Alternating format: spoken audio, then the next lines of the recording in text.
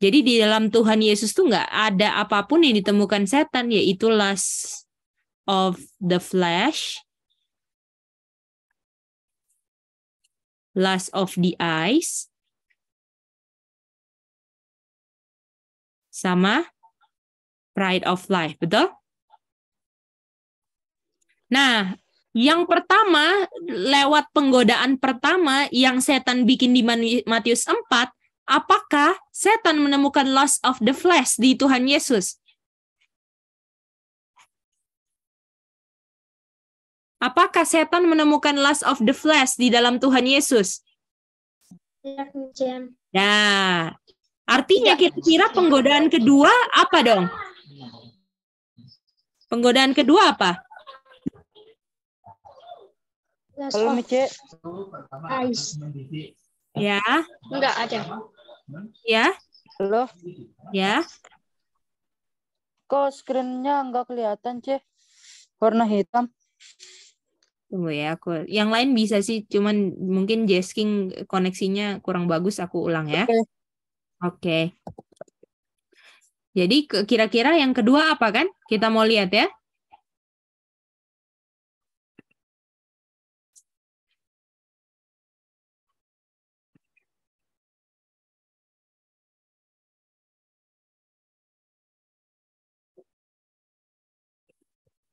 Oke. Sekarang kita baca di Matius ini. Matius 4 ayat 5 ya. Sampai 7. Indonesianya.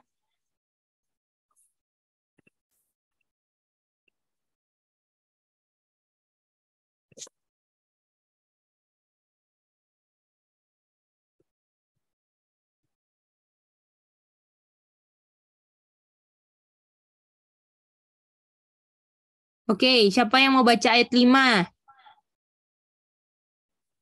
Kita minta kesediaan NC baca ayat 5. Oke, C. Kemudian iblis membawanya ke kota suci dan menempatkan dia di bubungan bait Allah. Jadi Tuhan Yesus sekarang dibawa ke kota suci kan? Dan dia dibawa ke atas ya.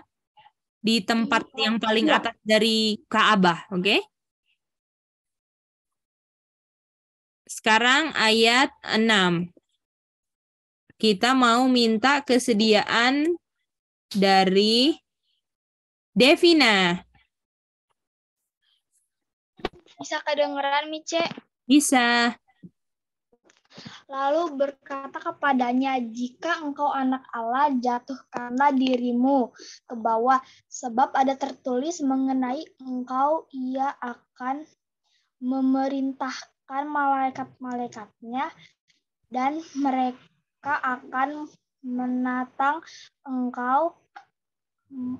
engkau di atas tangannya, supaya kakimu jangan.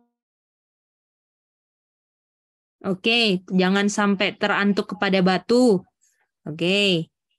Jadi di ayat 6 ini dibilang,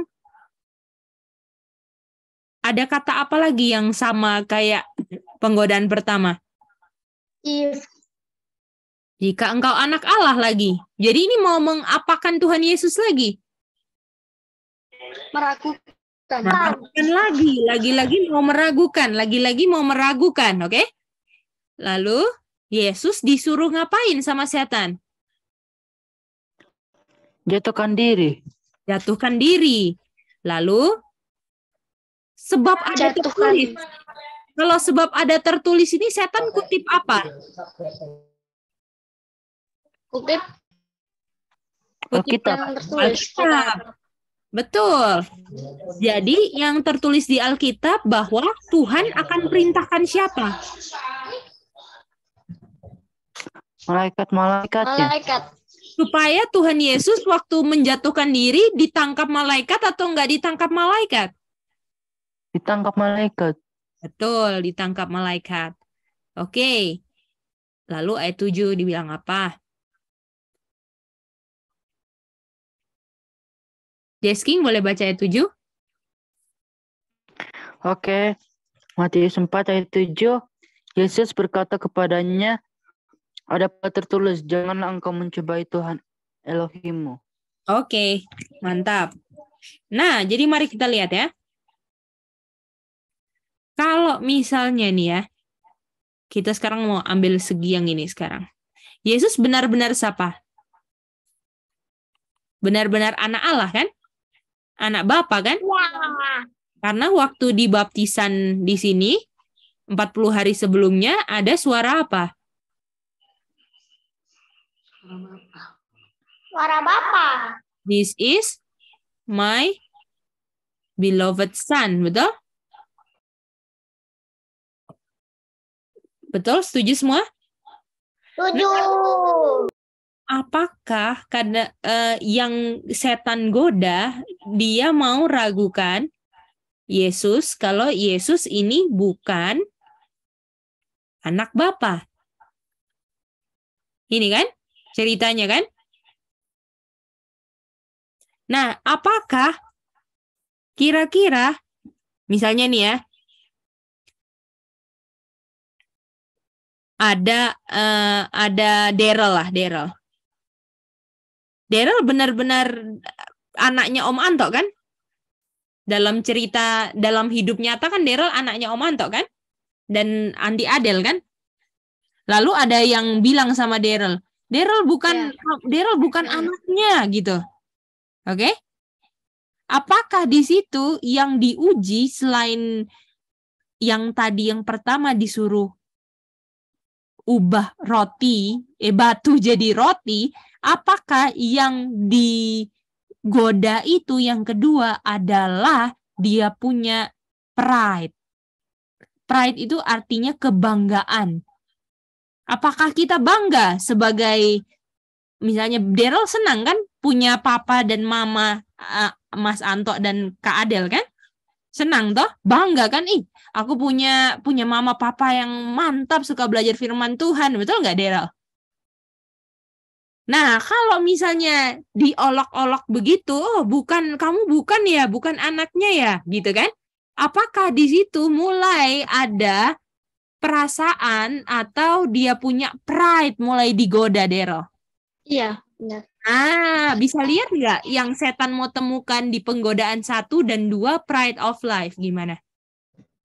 Apalagi Yesus, apalagi kalau misalnya kita kan cuman anak manusia kan, manusia sesama manusia. Kita aja kalau sesama manusia aja, ya kalau sama manusia aja kita nggak mau dibilang, kamu bukan anaknya ya. Kita nggak mau, kita benar-benar anaknya. Kalau bisa kita fotokopi, kita punya akte kelahiran ya kan. Nih, aku anaknya mama aku gitu kan. Kita mau buktikan ini ke orang-orang ya kan. Nah, itu yang digoda apa? Pride of life. Nah, Yesus ini kira-kira apakah benar-benar anak Bapa? Bagaimana? Apakah Yesus ini benar-benar anak Bapa? Benar-benar anak Bapa, Bica. Dan apakah Lucifer ini cuma ciptaannya dia yang dia ciptakan? Betul nggak? Sekali. Jadi ini ciptaan ngomong sama pencipta dan bilang kamu bukan anak Bapa ini kalau kamu nggak melakukan yang saya bilang, gimana? Apakah yang diuji dari Tuhan Yesus pride-nya, kesombongannya? Kalau misalnya Yesus sombong, kamu ini cuma ciptaan, betul nggak? Itu yang Yesus akan bilang kan? Kalau Yesus ada apa? Kalau Yesus adalah apa? Kalau bilang, kamu cuma ciptaan, nanti aku akan musnahkan aja deh kamu, aku akan singkirkan aja. Itu kalau Yesus ada pride. Tapi buktinya dari dari penggodaan pertama, Yesus cuma kutip ada tertulis kan? Betul nggak? Jadi artinya apakah Yesus didapati oleh setan ada pride of life nggak?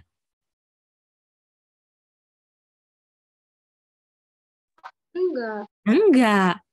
Dan Yesus bilang, Enggak. ada pula tertulis. Apakah yang di ayat berikutnya Yesus pernah nggak ngomong dari dirinya sendiri? Atau selalu ada tertulis? Ada tertulis yang mana?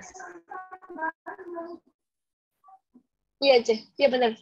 Pasti ada tertulis gitu. Ada tertulis semua. Artinya apakah pernah Yesus menggunakan dia punya perasaan, dia punya harga diri sebagai anak Bapa untuk menjadi patokan ketika diolok-olok? Enggak. Suatu pengolokan loh. Ciptaan bilang jika kamu anak Bapa. Padahal dia diciptakan oleh anaknya Bapa.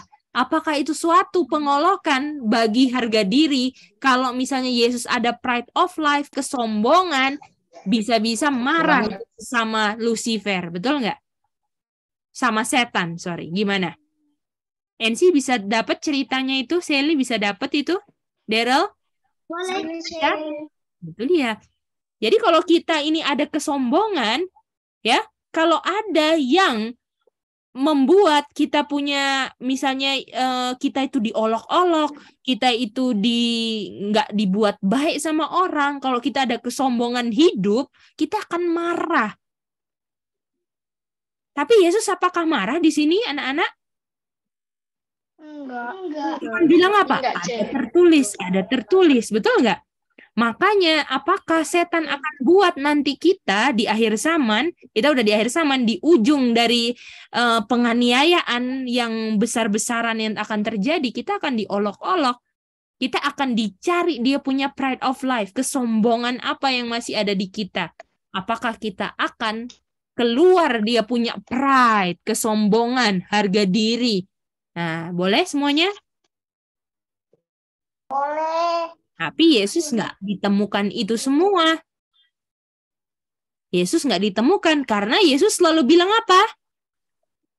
Ada tertulis. Artinya kalau misalnya orang yang nggak tahu ada tertulis, keluar apanya? Keluar apa? Pride-nya. Boleh semua? Nah, sekarang Yesus kan dibawain ke bumbungan sini kan? Disuruh jatuhkan diri kan? Nanti waktu jatuhkan diri, siapa yang turun tolong? Malaikat. Ya kan? Turun tolong ya kan? Dan ini yang bilang siapa? Setan kutip apa? Ada tertulis. Ayat juga. Jadi dia belajar, setan belajar dari penggodaan pertama. Kalau penggodaan pertama Yesus jawab dengan apa? Ada tertulis. Oke, setan bilang juga, oke, ada tertulis juga nih. Ya kan? Nah, pertanyaannya kenapa Yesus nggak mau jatuhkan diri? Betul nggak? Kalau itu yang setan bilang itu ayat, betul nggak? Gimana? Bisa ngerti pertanyaannya? Kalau misalnya yang dikutip setan itu ayat, kenapa setan nggak jatuhkan diri? Boleh? Nah, itu dia. Pertanyaannya kenapa? Nah, mari kita lihat.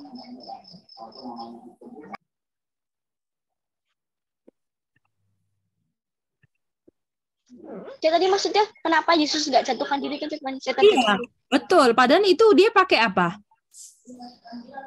Firmannya siapa? Ada tertulis. Ada tertulis. Kalau kalau di penggodaan pertama bisalah dia nggak ubah batu dari batu jadi roti karena itu perintahnya siapa? Karena itu perintahnya siapa? Setan. Sekarang pertanyaannya kenapa dia nggak jatuhkan diri kalau setan kutip ada tertulis? Oke. Coba Daryl baca Mazmur 91 ayat 11-12. Daryl, silakan.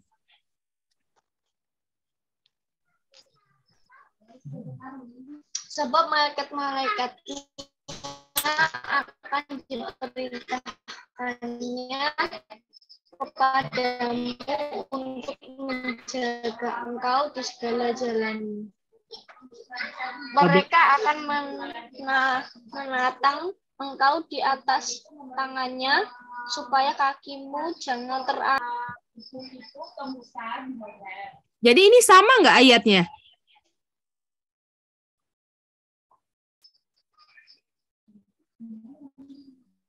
Sama nggak ini? Sama aja. Apa yang nggak? Apa yang beda? Coba ada yang beda atau sama? Sebab malaikat-malaikat akan diperintahkan kepadamu. Betul? Sama kan? Betul? Ini sama kan? Kayak ini kan? Iya, Cik. Lalu mereka akan ini. Yang nggak dikutip sama setan apa? Untuk menjaga engkau di segala jalanmu. Oke.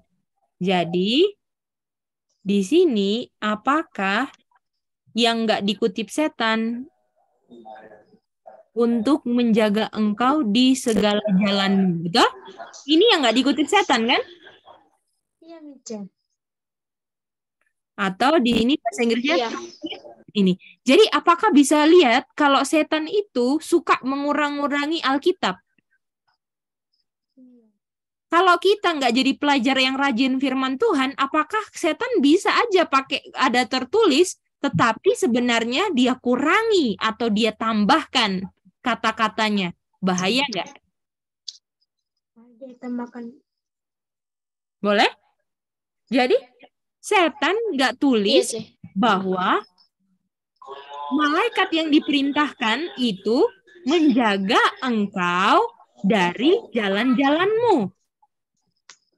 Artinya jalan-jalannya ini, ya, jalan-jalan ini apakah jalan yang sesuai dengan apa? Dengan Tuhan.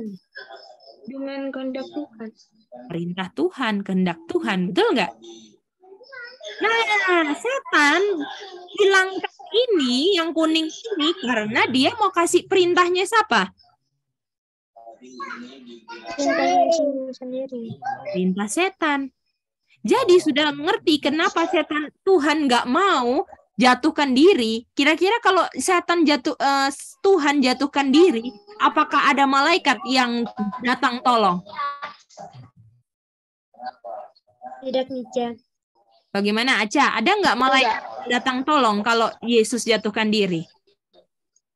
Enggak. Karena menjatuhkan diri itu bukan Perintah Tuhan. tapi perintahnya siapa? Setan sendiri. Itu dia. Kalau ini perintah yang bukan perintah setan, kalau ini perintah setan yang bukan perintah Tuhan, lalu Tuhan Yesus jatuhkan diri ke bawah, ini namanya adalah presumption sin. Ini baru nih, presumption sin. Presumption, oke? Nah, jadi ini perintahnya siapa? Setan. Dengan dia ikutin perintah setan, Yesus harapkan siapa yang akan tolong? Malaikat tolong. Jadi Yesus harapkan, oh malaikat mau tolong nih, gitu kan? Tapi apakah bisa malaikat tolong kalau itu perintah setan? Enggak mungkin. Dengan Tuhan Yesus waktu jatuhkan diri, terus dia pikir, oh nanti ada malaikat kok yang mau tolong. Pikiran Yesus dalam menjalankan perintahnya setan, tapi mau pikir kalau malaikat akan tolong, itu namanya dosa presumption. Apa itu presumption? Itu yang baru dijelaskan. Jadi, saya menjalankan sesuatu yang bukan perintah Tuhan dan harap masih Tuhan jaga. Itu dosa presumption. Bisa? Jadi saya lakukan yang salah, tapi saya harapkan Tuhan masih mau jaga saya dalam kesalahan saya. Itu namanya presumption sin. Gimana? NC, Sally, silakan. Sally mau coba ulang. Boleh. Ayo, Sally. Tadi presumption sin ini adalah di mana waktu menjalankan perintah setan dan berharap Tuhan akan tolong dia ya. Betul. Malaikat tolong dia. Betul, itu dia. Boleh, Sally? Bisa, Cik. Thank you, Cik. Itu presumption sin. Jadi kita, misalnya contoh, kita makan makanan nggak sehat, tapi kita berdoa, Tuhan berkatilah makanan ini supaya jadi kesehatan untuk kami. Itu namanya presumption sin. Boleh? Jadi kita udah tahu itu nggak sehat, tapi kita berdoa, Tuhan berkati makanan ini. Bisa nggak Tuhan kasih berkat kalau kita makan makanan nggak sehat? Tidak. Nah, itu namanya apa? Presumption sin. Oke? Dan Yesus di sini lakukan presumption sin atau Tuhan bilang, janganlah engkau mencobai Tuhan Allahmu. Gimana? Janganlah engkau mencobai Tuhan Allahmu. Gitu dia. Boleh? Bisa? Bisa.